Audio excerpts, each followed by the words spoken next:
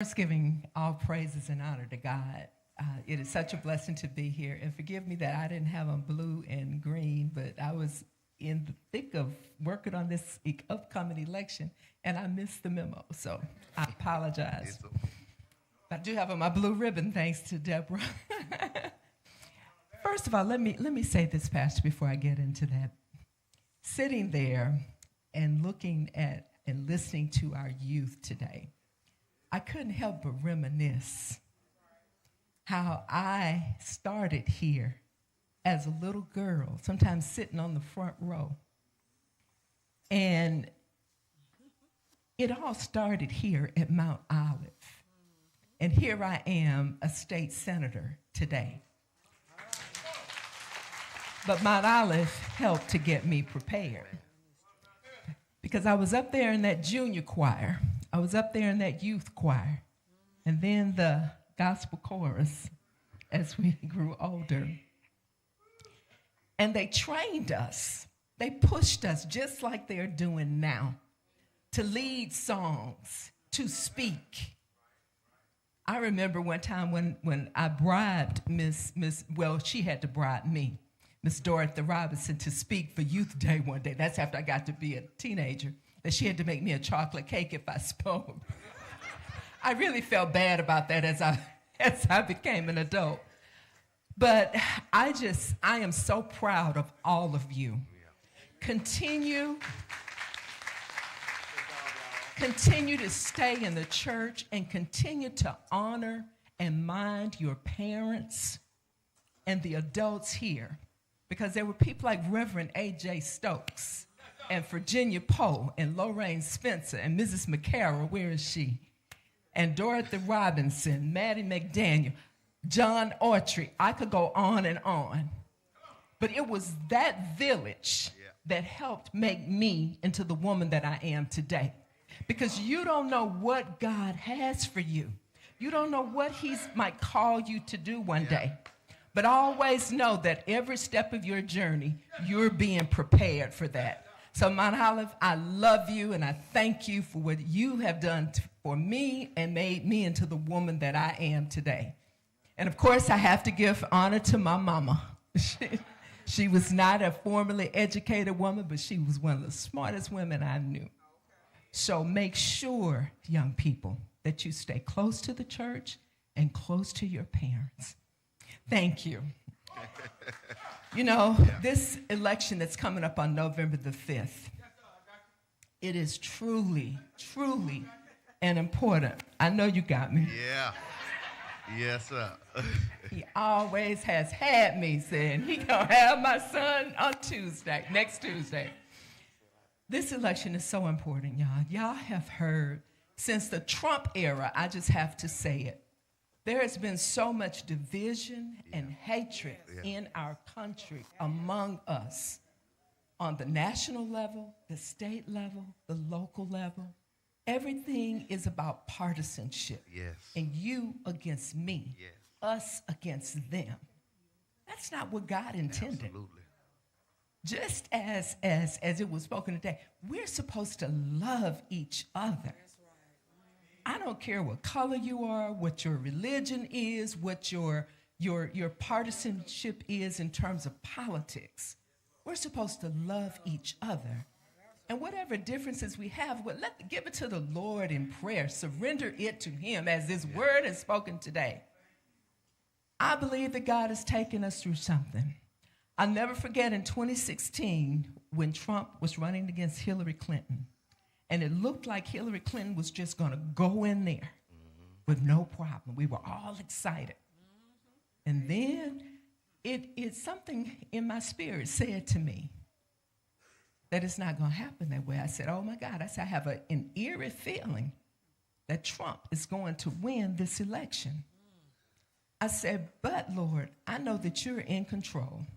And sometimes we have to go through something in order to get to what you have for us.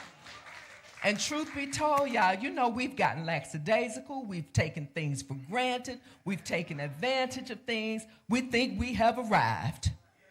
But the fight continues because there is a contingency out there that's trying to take us back.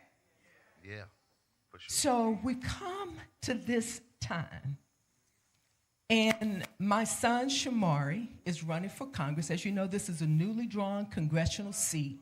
He will be the first one elected. I'm claiming it and declaring it. Amen. We doing it together. He will be the first congressman elected to serve in this new district. Yeah. But God is using all of us as vessels to make that so. Yeah. It can't happen on its own. So it's up to us that if we want good representation, if we want to continue that Figures legacy of Michael and Vivian Figures, of standing up for what's right, even when we have to stand by ourselves, to fight for those who need us to stand up and fight for them, and to get the job done, then we need to go and do our jobs on November the 5th. Amen. So look at it as God is using all of us to make this so, y'all, because we got to turn this thing around. I have to share the story with you, and this is how I believe in my heart that God's hand is on Shamari, and his hand is on Kamala Harris to become our first female president. Not our first female black president, but our first female president. Yeah. When Shamari was born on September 3rd, 1985, you know, Michael and I had 3 sons together. Shamari was the second child, is the second child. And Hurricane Elena was coming into Mobile. And Michael was set to do the closing arguments for a voter fraud case in Birmingham. So he left that Sunday evening. And I went into labor the wee hours of the morning, Monday morning. Well, actually it was, like around 12 or 1 o'clock.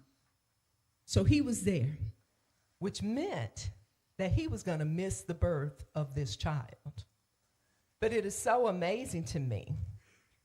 And Michael did win that voter fraud case. It's so amazing to me that this is the child that God decided was going to be a lawyer. Because I saw that lawyer in him when he was in undergrad at University of Alabama. And I said, Shamari, you need to go to law school. I don't want to go to law school. So I started praying. Then he comes to me much later and said, Mama, I want to go to law school. So prayer changes things, but God worked through this praying mama to put him on the path for such a time as this. Who knew that he would go on and work in the Obama-Biden administration and that he would first work in their campaign? I remember when introducing him to then Vice President Biden, he said that Biden said, we owe you, because Shamari was heading up in Ohio at that 2014 campaign, or 2012 campaign. He was so impressed with Shamari that he wrote me a handwritten note telling me how good it was to meet us and how impressed he was with Shamari. I can't wait for him to meet him as the congressman from this state. So I'm sorry I'm so long-winded, but I just kind of wanted to share all of that with you, trying to bring it full circle. I know God has his hand on him. I never knew Shamari ever wanted to run for office.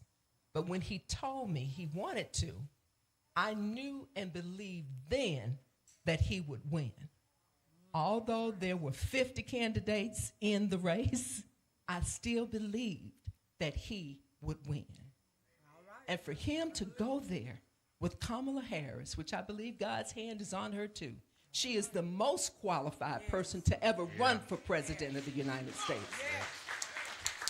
So I ask you to keep both of them and all of the people who are running in this race on the Democratic ticket, to keep them in your prayers because we don't want to go back.